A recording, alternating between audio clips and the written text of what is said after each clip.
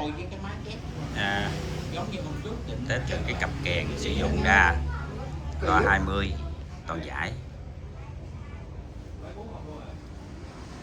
Đĩa ông đưa cho mình ra đó, anh giải đó, thịt đưa đó, và anh cũng có cái bằng đó, mà cái điều anh hát nhiều lắm.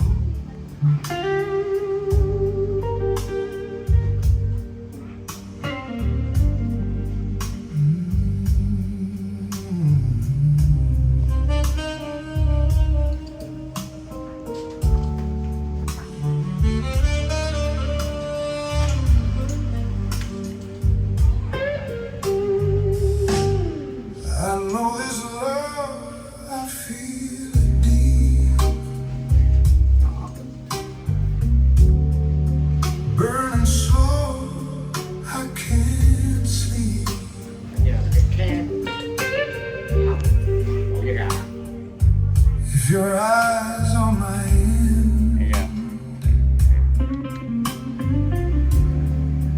Let it be, I won't pretend. Burn me alive, I don't care. Take my soul, leave me bare.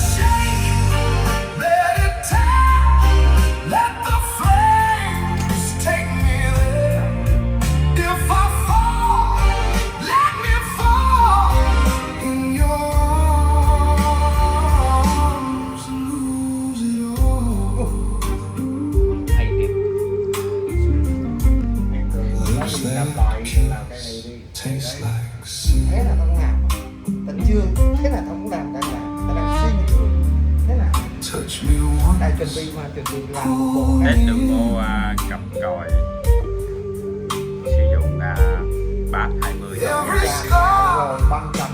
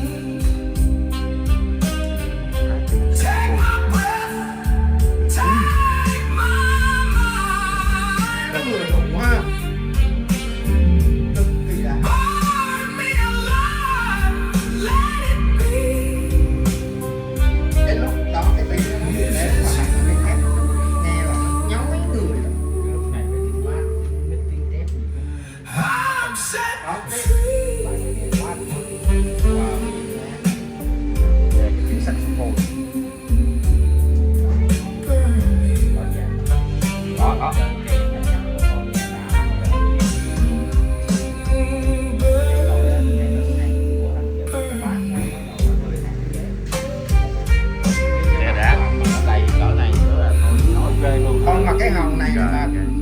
nó đặc một chút nữa, nghe lúc đó nó còn nó nét hơn đó. Tức là anh nghe vừa rồi anh thấy nó hơi nhão nhão một chút. Hả? Nếu mà Tôi đặc với một bác chút. còn thử cái này cà phê đó nè, bác đánh cái này trực tiếp luôn. Rồi, ok. Thôi, chị xin phép